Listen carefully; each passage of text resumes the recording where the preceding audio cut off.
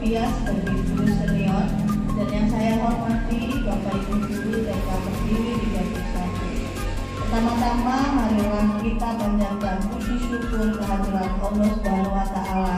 Berkat rahmat dan hidayahnya kita masih dapat berkumpul di sini dalam keadaan sehat walafiat. Tak lupa sholawat serta salam marilah kita maturkan kepada junjungan kita Nabi Agung Muhammad Sallallahu Alaihi Wasallam. Pada kesempatan kali ini, perkenankanlah saya sebagai pembawa acara membacakan susunan acara kegiatan diseminasi ini. Kegiatan diseminasi ini dilaksanakan dengan susunan acara seperti berikut. Yang pertama, pembukaan. Yang kedua, sambutan dari Ibu Novia sebagai guru senior. Dan yang ketiga, pemaparan materi modul 1.4 tentang budaya positif oleh PGP Angkatan 10 dari TK Pertiwi 31 Ibu Siti Purwanti SPD. Dan yang keempat, sesi tanya jawab. Dan yang kelima, refleksi atau tanggapan dari rekan sejarah. Dan yang terakhir adalah penutup. Baiklah, marilah kita buka untuk sesi kita hari ini. Untuk sesi yang pertama kita membaca basmalah.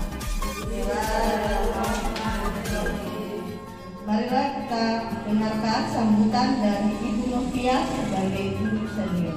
Waktu dan tempat kami persilakan.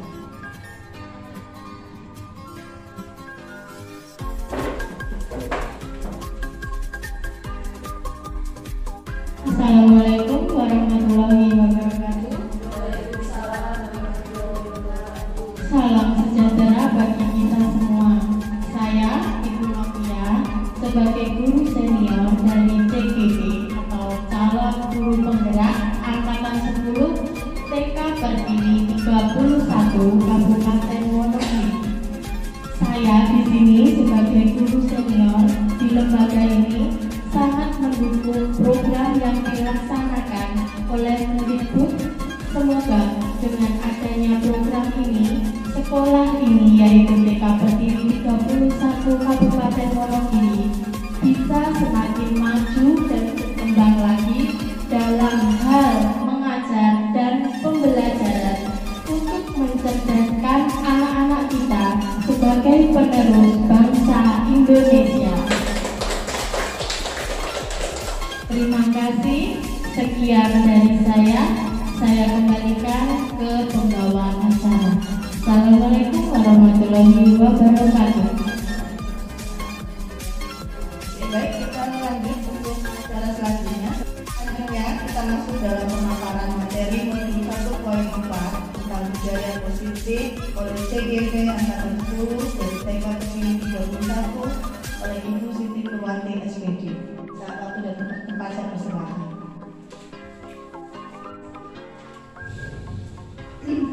Assalamualaikum warahmatullahi wabarakatuh. Ya, di sini saya akan menyampaikan aksi diseminasi dari budaya positif. Saya Siti Purwanti, CGP Angkatan 10 dari Kabupaten Wonogiri.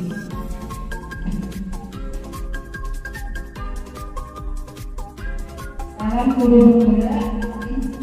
Nah, ini saya ya yang akan menyampaikan budaya positif atau budaya positif untuk rekan-rekan semua, rekan guru. Ini tapi sebelumnya kita bisa agak tegang ya. Coba senyumkan dulu, teman-teman senyum dulu.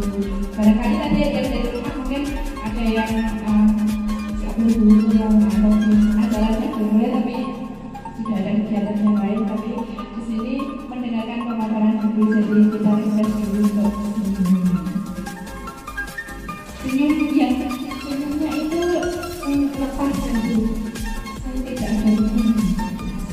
Senyumlah teman-teman. Senyum yang sombong. Iya. Sudah bahagia.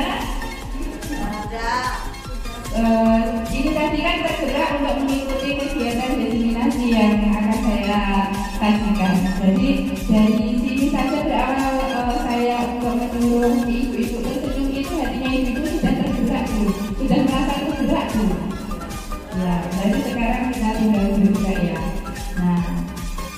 kesepakatan diskriminasi ini, kita di sini menghargai siapapun ya, ibu-ibu semua, dan kita menjadi kepentingan yang baik karena di sini kita sama-sama belajar, sama-sama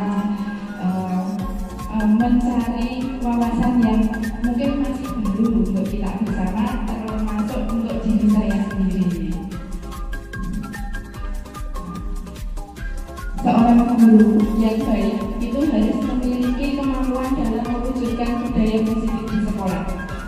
Budaya positif tersebut dapat dijalankan dengan menerapkan konsep-konsep inti seperti disiplin positif, motivasi perilaku manusia, keyakinan sekolah atau kelas, kegunaan dasar manusia, posisi kontrol, restitusi, dan segitiga restitusi. Yang pertama, disiplin positif. Disiplin positif merupakan suatu cara penerapan disiplin yang mengajarkan akan bertanggung jawab dan menumbuhkan kesadaran diri berdasarkan nilai-nilai kebersihan.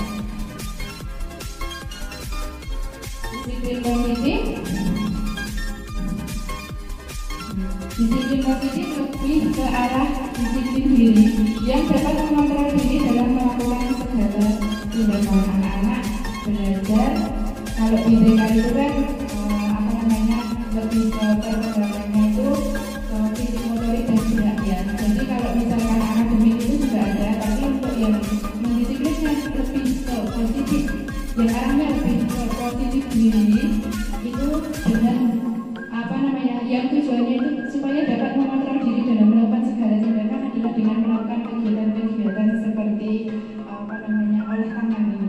Jadi tangan ini kita gunakan untuk mencap, kemudian menonton menggunakan alat atau tempat, dan kegiatan yang lainnya seperti memgunting, menempel, kolase, dan lain sebagainya.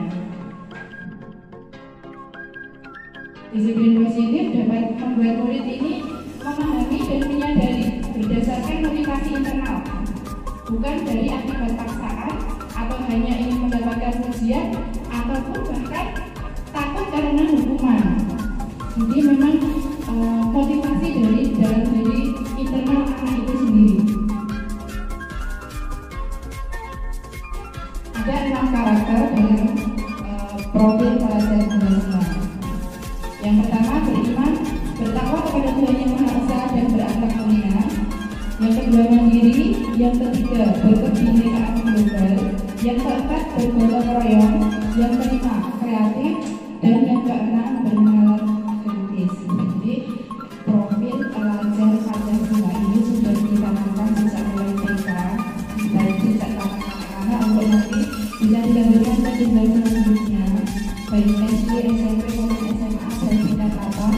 Ini sudah dimulai dari putra-putri atau anak-anak itu sejak usia kanak-kanak. Jadi sudah dikenalkan dengan 6 profil pelajar Pancasila yang sudah disebutkan tadi.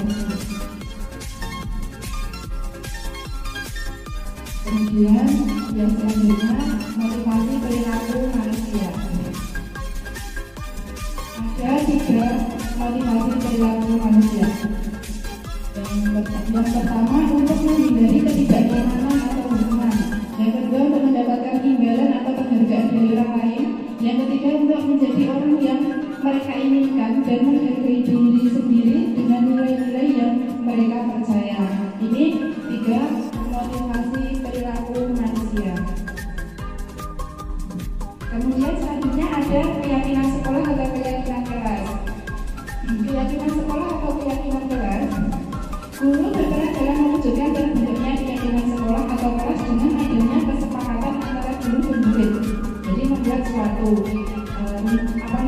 kesepakatan di dalam sekolah atau di dalam kelas itu dengan keyakinan sekolah atau kelas itu berupa pernyataan-pernyataan universal yang mudah diingat dan dipahami dan harus diterapkan di lingkungan sekolah tersebut. Jadi itu suatu kesepakatan antara guru dan murid.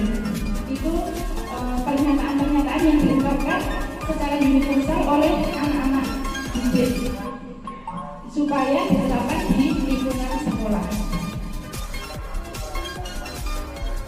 Nah, Di TK ini dalam kegiatan pembelajaran keyakinan kelas atau keyakinan sekolah yang dibuat itu yaitu mandiri. Di sini gotong royong, saling menghormati, menjaga kebersihan dan kesehatan. Kegiatannya bisa berbentuk yang ke-1 disiplin datang ke sekolah tepat waktu, yang kedua duduk di kelas yang telah disediakan dengan tertib, yang ketiga berdoa sebelum dan sesudah belajar, yang keempat mengangkat tangan jika ingin berbicara atau bertanya, yang kelima menghormati dan saling menolong, yang keenam menjaga kebersihan lingkungan ruang kelas. Jadi ini kesepakatan yang sudah dibuat oleh guru dan peserta didik untuk diterapkan di kelas atau di sekolah, dan tujuan supaya anak itu mandiri dan membangun sikap disiplin, ada rasa gotong royong, saling menghormati, dan terjaganya kebersihan di lingkungan sekolah dan kesehatannya. Kemudian selanjutnya kebutuhan dasar manusia. Ketika seorang murid melakukan suatu perbuatan yang bertentangan dengan nilai-nilai kebajikan atau melanggar peraturan, hal itu sebenarnya dikarenakan mereka gagal dalam memenuhi kebutuhan dasar mereka. Kebutuhan dasar itu apa? Yaitu bertahan hidup, kasih sayang dan rasa diterima, penguasaan, kebebasan, dan kesenangan. Di sini ada contoh ya, contoh dari studi kasus di TK ini. Ibu guru atau guru kelas di sini di TK Tertulis Bagus 1 ini sedang bingung menghadapi ulang salah satu murid di kelasnya, yaitu anak Reta. Beberapa anak telah mengeluhkan Reta yang seringkali meminta bekal makan siang mereka dengan paksa. Jika Anda menghadapi situasi seperti ibu guru ini, apa yang akan Anda lakukan?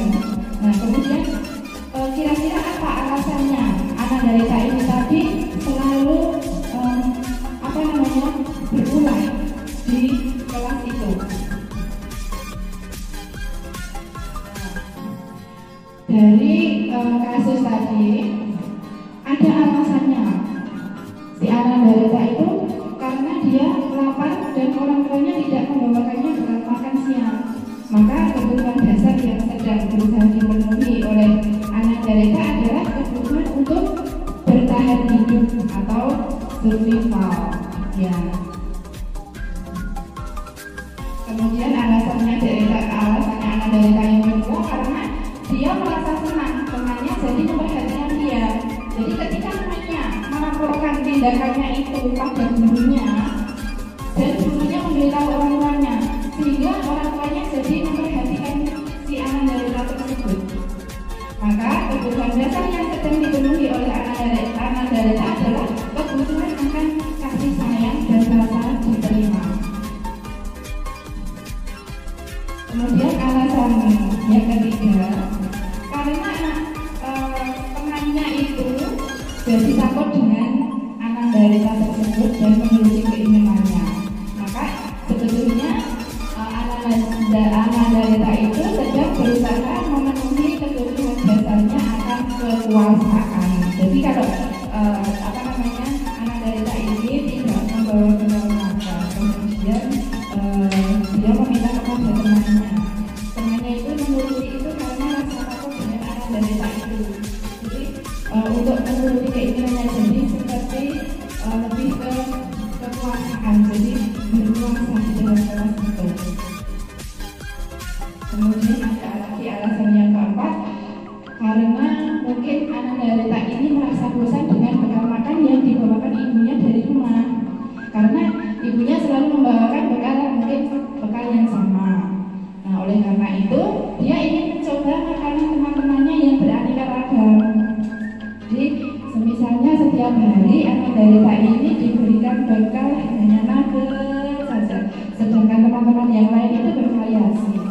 Kadang diberi makan bekal sayur, kadang ada telurnya, atau kadang ada sajian makanan yang lain yang lebih bervariasi seperti itu ya. Makanya anak Reta ini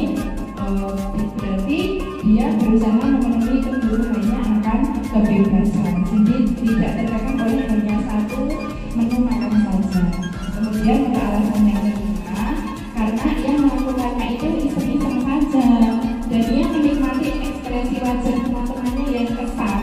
Jadi dia memang sengaja supaya teman-temannya itu kesal karena diambil makanannya, dan menurutnya Ananda Rita ini ekspresi teman-temannya itu jadi lucu. Nah, jadi memang suatu kesengajaan. Berarti kalau sikap yang seperti ini, dia sedang berusaha memenuhi kebutuhannya akan kesenangan. Senang, korban itu marah. Kemudian selanjutnya posisi kontrol restitusi. 5 posisi kontrol restitusi itu ada: yang pertama, guru sebagai penghukum; yang kedua, guru sebagai pembuat merasa bersalah; yang ketiga, guru sebagai teman; yang keempat, guru sebagai pemantau; dan yang kelima, guru sebagai manajer. Nah, ini 5 posisi kontrolnya. Di sana ada motivasi-motivasi dari guru jika guru itu menerapkan yang menggunakan penghukum, pembuat rasa bersalah, atau sebagai teman, atau sebagai pemantau, atau sebagai manajer. Di situ ada tabelnya. Jadi suatu tindakan guru itu yang nantinya menjadikan identitas gagal. Jadi kontrolnya itu di luar itu dengan penghukum dan membuat rasa bersalah. Contohnya seperti apa? Misalnya kalau yang penghukum itu guru itu lebih ke menghargai ke anak. Jadi dia menunjuk ke anak itu melakukan kesalahan tadi kan tidak benar-benar atau menjadi temannya pada saat permasalahan dimakan bekal atau menyakiti, bahkan menyindir anak dari itu tadi. Nah, semisal contohnya guru berkata, kalau kamu tidak melakukannya apa aja, aku nggak salah deh. Nah, itu kan penghukum. Nah, hasilnya bagaimana kalau guru bersikap seperti itu? Anak itu akan membentak. Jadi dia akan menyalahkan orang lain kalau ada guru yang bersikap seperti itu. Bahkan dia malah bisa berbohong. Nah, kemudian kaitannya dengan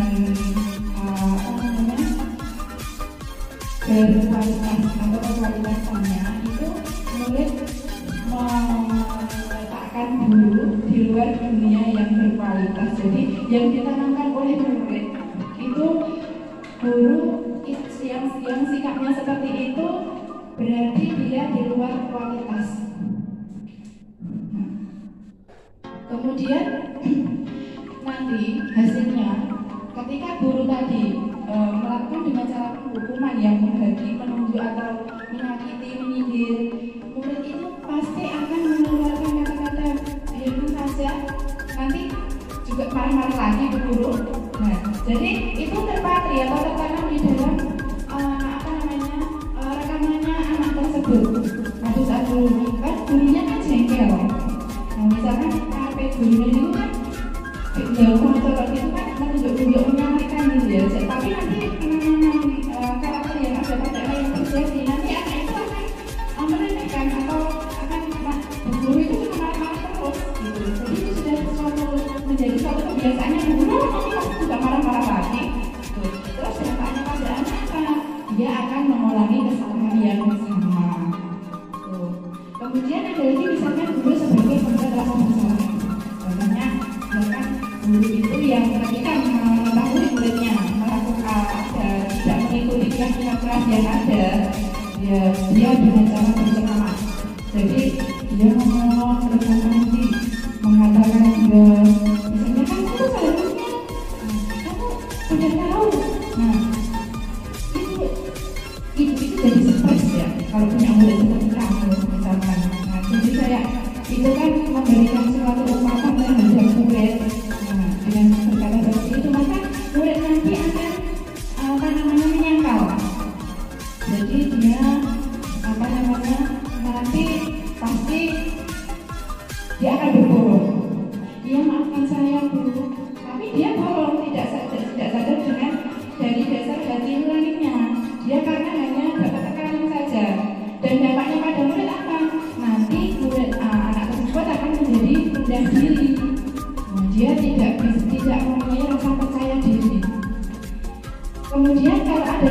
guru menerapkan posisi kontrol yang sebagai teman. Posisinya misalkan sebagai temannya murid tersebut. Itu dia akan membuatkan alasan-alasan untuk muridnya begitu. Misalkan gini, ayolah lakukan itu, kamu kalau kita jadi guru deh. Misalnya ya, masa kamu tidak mau sih? Misalnya kan kamu pernah tidak waktu itu kan guru pernah membantu kamu pada saat kamu tidak boleh berkelas, guru sudah membantu misalkan mungkin saja orangnya orang sebenarnya berjake gitu ya. Ayo kan besok berbuka lagi kan posisinya lebih ke sebagai teman. Jadi bagaimana ya kalau misalkan guru yang sikapnya seperti itu, nah itu hasilnya akan menjadi ketersambungan. Nih dari cara ini. Nah kemudian nanti murid itu akan meletakkan guru itu sebagai orang yang sangat penting bagi dirinya. Ya tahu jadi nanti kalau misalkan aku tidak membawa bekal makan, kan ada temanku ada buku tadi, pasti nanti aku dibantuin. Dan dampaknya apa nanti pada murid kalau seperti itu? Ternyata dampaknya itu murid itu akan lemah, tidak sendiri dan ketersambungan. Seperti itu. Kemudian jika guru itu menerapkan posisi kontrol sebagai pemantau, misalkan, itu dengan cara menghitung dan mengukur, dia mengingat-ingat apa peraturannya di kelas ini. Kan peraturan di kelas ini harus membawa bekal makan setiap hari. Nah, itu mungkin murid bisa menyesuaikan diri jika diawasi. Jadi dia menunggu gurunya itu harus selalu mengingatkan untuk bawa bekal. Adik-adik besok bawa bekal ya. Iya bu guru. Nah itu kalau pas di saat diawasi saja. Jadi murid meletakkan guru itu sebagai pembuat aturan dan hukum di dunia kualitasnya anak itu sendiri. Nah, kalau guru yang sikapnya sebagai pemantau seperti itu, nanti dampaknya pada anak itu anak akan menitik beratkan pada sanksi atau hadiah untuk dirinya. Jadi dia mau misalkan diawasi besok bahwa makan bekal mau, tapi dia punya keinginan nanti misalkan dijanjikan sama gurunya kan, kalau misalkan diawasi gurunya, adik-adik bisa bawa makan bekal ya. Iya bu guru. Nah itu kan diawasi. Bisa bawa makan bekal, tapi bu guru memberikan instruksi seperti itu, tapi bu guru ini memberikan janji-janji juga. Besok yang mau bawa makan bekal, bu guru akan memberikan bintang 4 misalkan. Jadi dalam pemikirannya anak-anak ini dia hanya berharap suatu reward atau dia hanya mengharapkan suatu hadiah, atau mungkin gurunya menjanjikan besok kalau misalkan adik-adik mau membawa makan bekal, guru kasih hadiah misalkan diberi hadiah apa mainan kesukaannya anak-anak tersebut. Jadi dalam mindsetnya anak pemikiran itu bisa membawa makan bekal itu karena akan mendapat hadiah dari bu guru. Itu hasilnya. Kemudian yang terakhir, jika guru dalam posisi kontrolnya itu sebagai manajer mengajukan pertanyaan-pertanyaan dengan cara mengajukan pertanyaan-pertanyaan sebagai manajer ya. Misalkan apa yang kita yakini? Nah, di dalam kelas itu kan ada keyakinan kelas. Nah, apa yang bisa misalkan kamu kerjakan atau bisa kamu perbaiki dari kesalahanmu itu saat kamu tidak mentaati keyakinan kelas yang ada di sekolah ini setiap hari membawa makan bekal. Jadi guru itu menanyakan langsung ke anak tersebut. Nah, hasilnya anak ini akan lebih ke penguatan pribadinya. Ketika anak ditanya secara halus. Kalau seumpamanya tadi kan kasusnya DSA. Ingat tidak misalkan bagaimana di sini yang kita buat bersama-sama dan sepakat dalam kegiatannya yaitu menggunakan bekal. Nanti ketika anak tersebut diberi kesempatan seperti itu, pasti anak itu akan menjawab, dia ingat kesepakatan yang dibuat antara guru dan muridnya itu. Jadi dia akan menguatkan diri, kemudian murid akan meletakkan dirinya sebagai individu yang positif dalam dunia kualitasnya. Murid itu bisa kemudian mempunyai bagaimana ya caranya saya bisa memperbaiki diri saya. Tapi kalau misalkan untuk anak TK itu kan tidak seperti SD atau SMP atau SMA, jadi dia lebih termotivasinya itu secara spontan saja. Jadi dengan aku tadi kan sebenarnya sudah ditanya sama guru tentang kesepakatan yang dibuat sendiri dengan guru. Jadi bagaimana ya aku bisa memperbaiki dari yang sudah tidak saya taati dari peraturan atau keyakinan tersebut, dan itu dampaknya nanti anak itu akan lebih mengevaluasi dirinya. Kalau anak TK itu nganan-nganan sendiri dan nanti akan berbicara secara tanpa suruhan kepada anggota keluarganya di rumah untuk besok mau melakukan apa, karena termotivasi sudah ada kesepakatan antara guru dan murid itu untuk sama-sama melaksanakan keyakinan kelas yang dibuat kalau setiap hari itu harus melakukan berkala. Jadi dia lebih termotivasi jika guru ini posisi kontrolnya sebagai manajer, bukan penghukum atau bukan membuat rasa bersalah atau bukan sebagai teman yang hanya memberikan reward atau hadiah, bukan juga sebagai pemantau. Di antara kelima posisi kontrol tersebut ternyata hasilnya sebaiknya seorang guru itu menggunakan posisi kontrol seperti apa? Apakah ibu guru ini setuju jika di kelas itu ada keyakinan kelas dan kita semua ini sebagai penjaga amanah, pemangku anak-anak, kalau kita menerapkan yang posisi kontrol manajer tadi, setuju tidak? Ya, berarti supaya lebih anak itu nanti menyebalnya lebih baik lagi ya. Jadi sebagai manajer itu guru itu dapat berbuat sesuatu bersama muridnya. Jadi dia mempersilahkan muridnya itu untuk bertanggung jawab dan mendukung murid agar dapat menemukan solusinya. Mungkin kalau anak TK yang kelompok B itu kan sebagian besar sudah bisa membantu orang tuanya masak, atau mungkin membeli telur sendiri atau membuat minuman sendiri. Jadi dia lebih mempunyai rasa tanggung jawab itu yang terlahir dari kesadaran diri anak itu sendiri.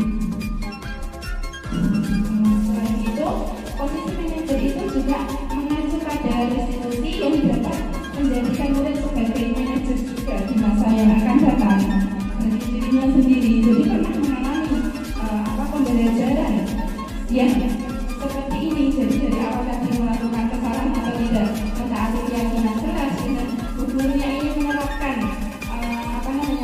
posisi kontrol manajer, maka nanti si anak tersebut juga akan menerapkan hal yang sama seperti yang dilakukan oleh gurunya, yaitu sebagai manajer bagi dirinya sendiri, sehingga dapat tercipta identitas positif dari murid itu sendiri di masa yang akan datang.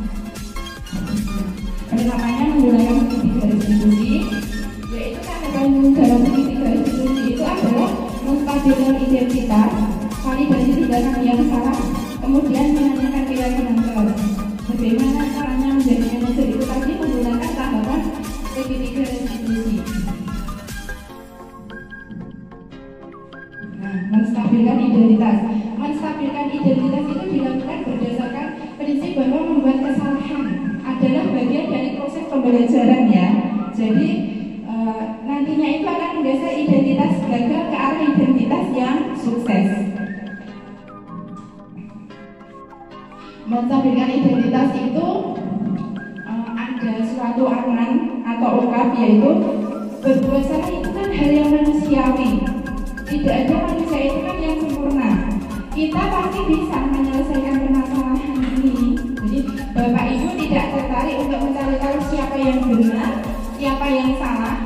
Bapak Ibu lebih tertarik untuk menyelesaikan masalah. Jadi tidak mencari pembenaran, tidak mencari siapa yang bersalah, tapi lebih tertarik ke dalam menyelesaikan masalahnya dari yang dialami oleh Ananda Leka itu.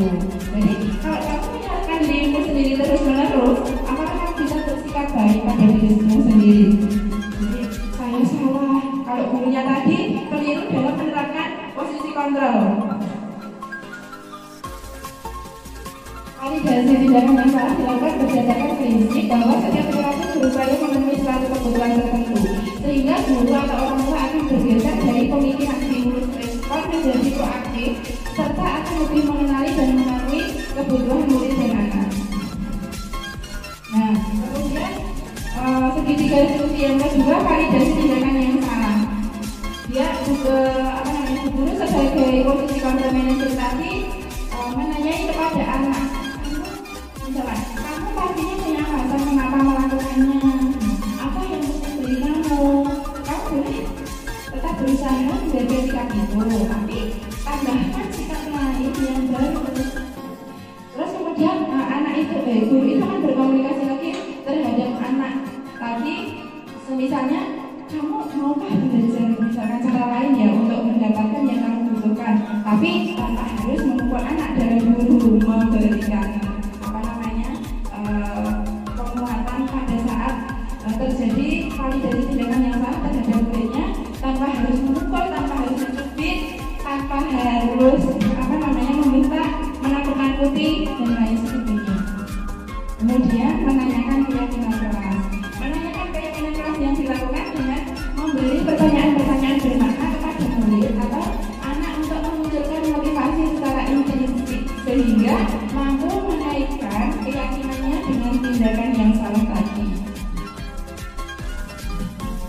Contohnya kita sebagai orang tua asuh atau sebagai guru, kita memberikan suatu argumen ya, misalkan apa nilai yang kita percaya di sekolah ini sekarang, nilai-nilai apa yang telah disepakati bersama, yaitu kan tentang nilai kelas itu tadi, tentang membawa akal-akal, terus kelas dengan diri itu seperti apa, kamu ingin menjadi anak yang seperti apa nantinya, apa yang kamu rasakan ketika kamu melakukan itu, terus ke depan itu kamu mau menjadi anak yang seperti apa, itu sama-sama pertanyaan dan kita jawabkan pertanyaan.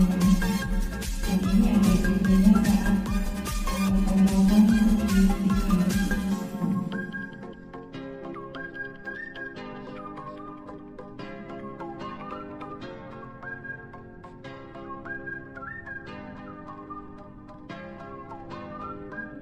So, apa namanya?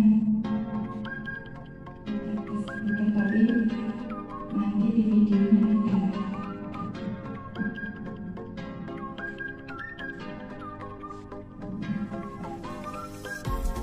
Ini contohnya ketika guru melaksanakan melakukan segitiga institusi pada saat anak melakukan suatu kesalahan yang tidak taat terhadap keyakinan yang ada. Jadi dengan memberikan pertanyaan memastikan kestabilan identitas, kemudian melalui dan mencari solusi dari permasalahan masing-masing yang dibandingkan oleh salah satu peserta didik. Validasi tindakan yang salahnya juga ditanyakan. Alasannya apa? Itu harus dua-duanya.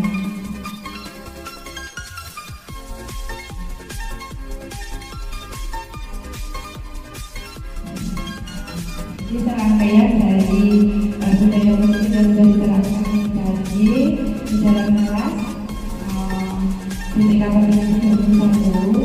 Demikianlah pemaparan dari saya.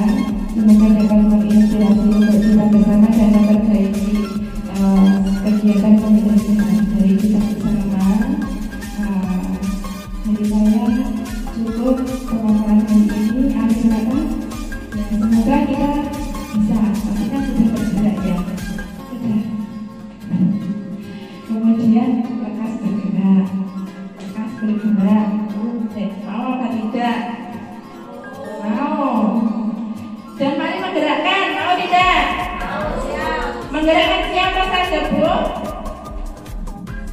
Dari pemaparan saya tadi ini kita kira-kira mau menggerakkan siapa saja ya?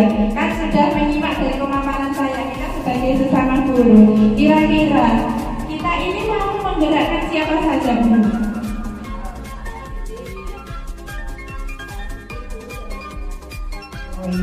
Terima kasih, tepuk tangan. Ya, terima kasih rekan-rekan guru semua yang sudah menyimak dan mensupport kegiatan hari ini. Semoga ke depan menemukan hasil yang terbaik, terutama di wilayah lingkungan TKP 31 ini kita bersama-sama tergerak, bergerak dan menggerakkan bersama untuk mewujudkan Indonesia maju. Jadi saya tutup. Wassalamualaikum warahmatullahi wabarakatuh. Terima kasih untuk sisi keluarga SPD yang sudah memberikan pemaparan. Selanjutnya kita masuk untuk sesi pertanyaan dan memberikan ruang kesempatan bertanya. Silakan pertanyaan pertama, boleh. Langsung dari teman saya.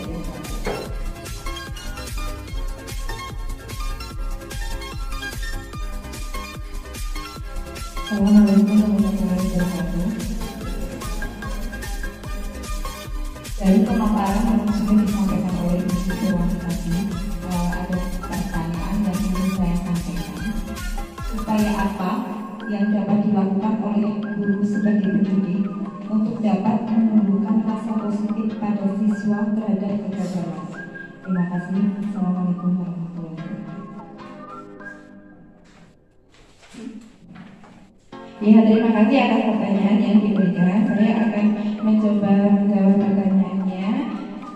Dari pertanyaan rekan guru ini, kita akan melaksanakan kegiatan diskusi dengan orang tua atau mendiskusikan dengan orang tua. Ya, kita diskusi dengan orang tua dari contoh kasus tadi tentang makan bekal anak. Kalau dilihat secara dari luar, sepertinya kegiatan makan bekal anak ini hal yang sepele. Namun, ketika itu sudah menjadi suatu keyakinan keras yang dibuat antara kesepakatan antara guru dan murid, itu kan kita dikomunikasikan dengan orang tua. Jadi supaya ada sistem, orang tua juga tahu kalau ternyata di sekolah itu di sini di TKP 31 harus membawa makan bekal saat kegiatan pembelajaran sehari-hari berlangsung.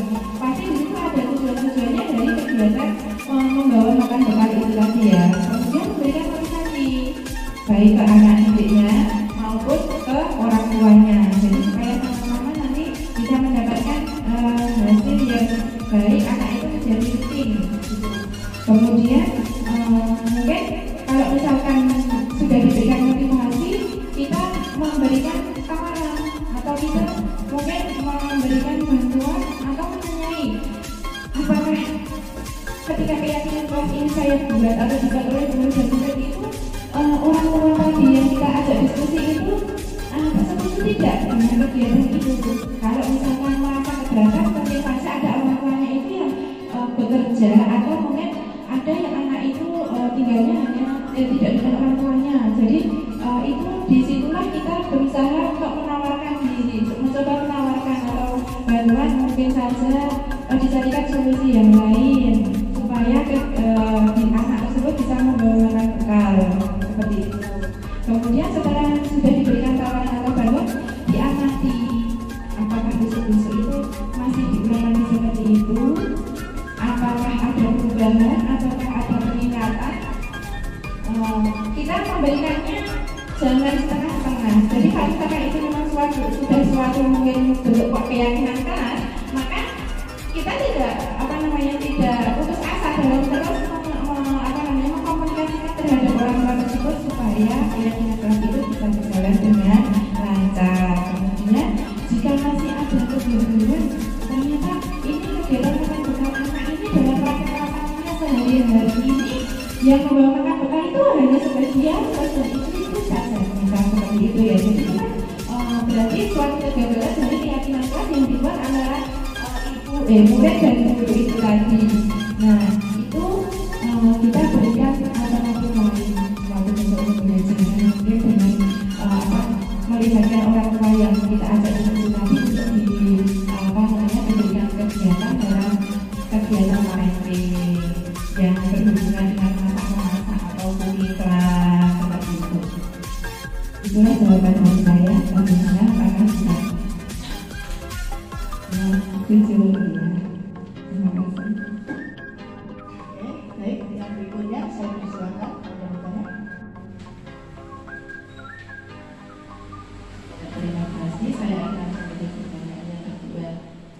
bagaimana peran guru penggerak dalam menerapkan kebiasaan baik kepada guru lain dalam membangun budaya positif di sekolah. Terima kasih. Wassalamualaikum warahmatullahi wabarakatuh. Ya, baiklah, saya akan menjawab pertanyaan yang kedua yang menanyakan berkaitan dengan peran guru penggerak.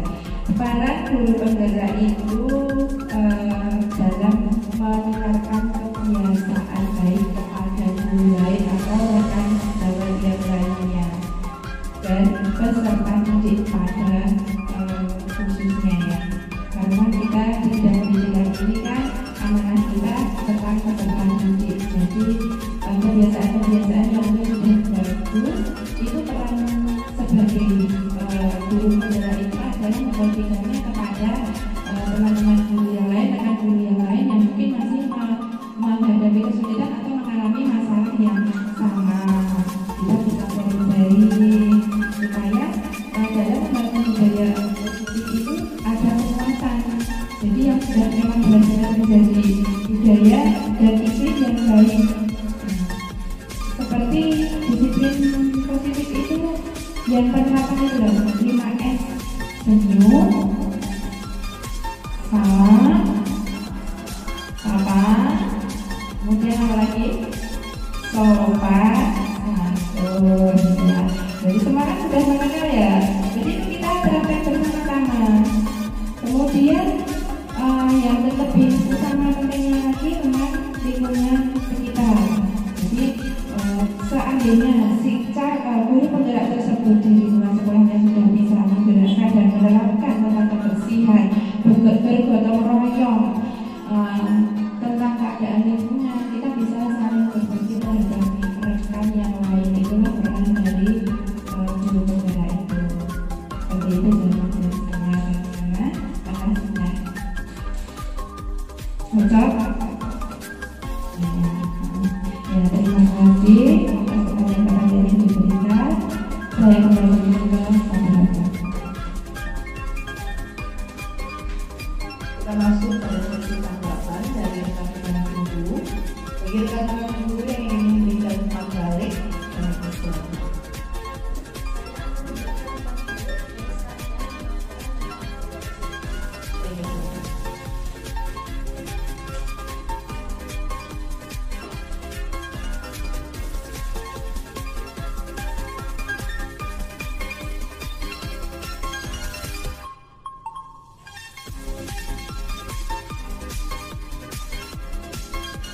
Diseminasi budaya positif adalah salah satu tugas dalam modul 1/4 pasca pendidikan calon guru penggerak.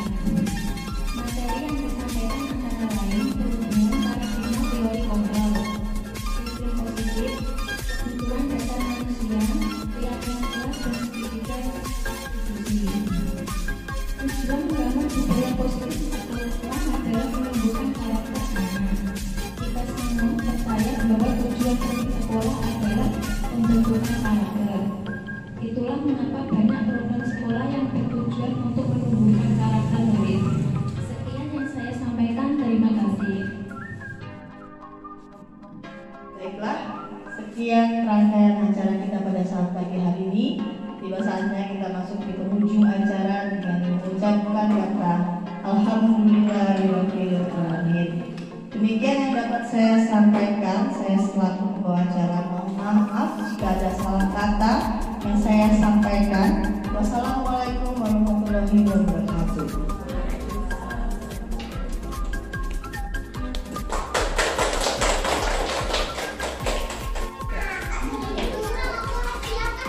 Halo Reta, selamat pagi.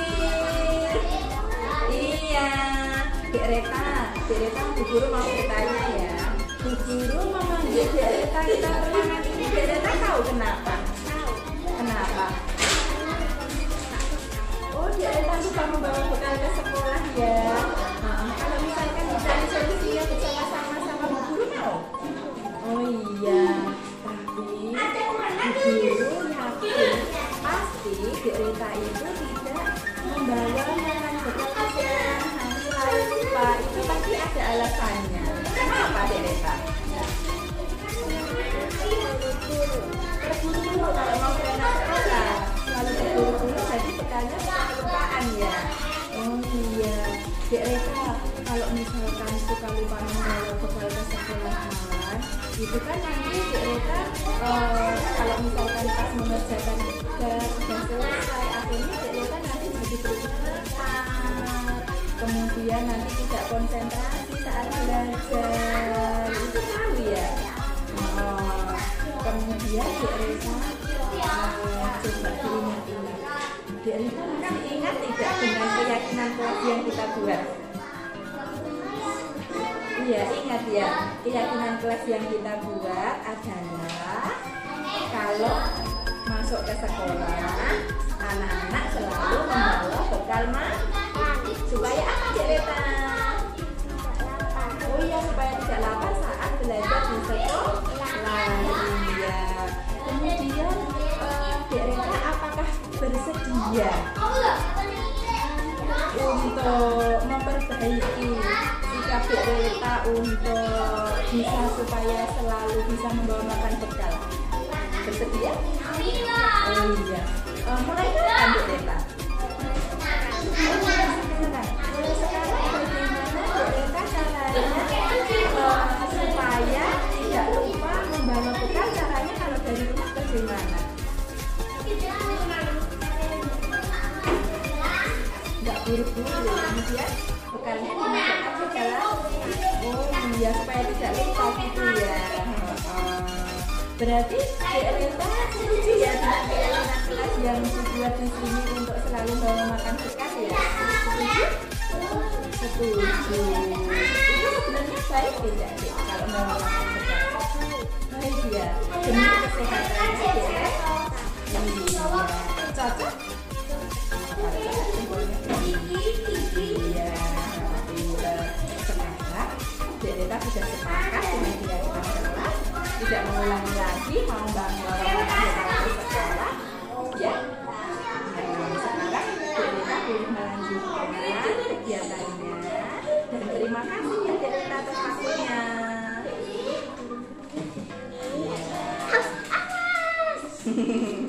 Iya, hore.